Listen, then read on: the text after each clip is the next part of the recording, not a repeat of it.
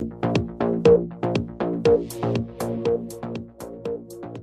طالبانو د رئیس الوزرا اقتصادي مرستیال ملا عبدالغني برادر په مشرۍ اقتصادي کمیسیون د کابل جلال آباد دویم سړک پروژه منظور کړه، خو د جوړولو لګښت به یې د حق العبور له پیسو څخه جوړونکي شرکت ته ورکول کیږي.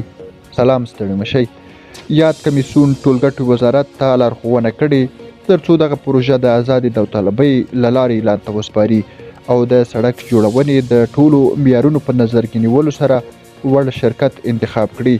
همدارنګه یاد وزارت ته لارښوونه شوې چې د حق العبور په بدل کې د سالنګ لوی لارې لپاره جوړ شوی طرز العمل د پر دغه پروژې هم تطبیق شي.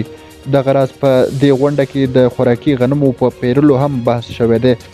افغانستان د وچکالۍ له وجې ښایي د تیرو کلونو په پرتله په زیاته کچه د غنمو اخیستلو ته اړتیا ومومي.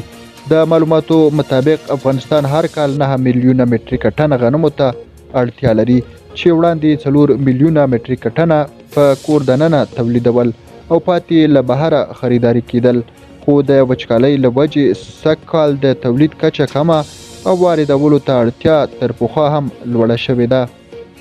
له ملتیا مو مننه.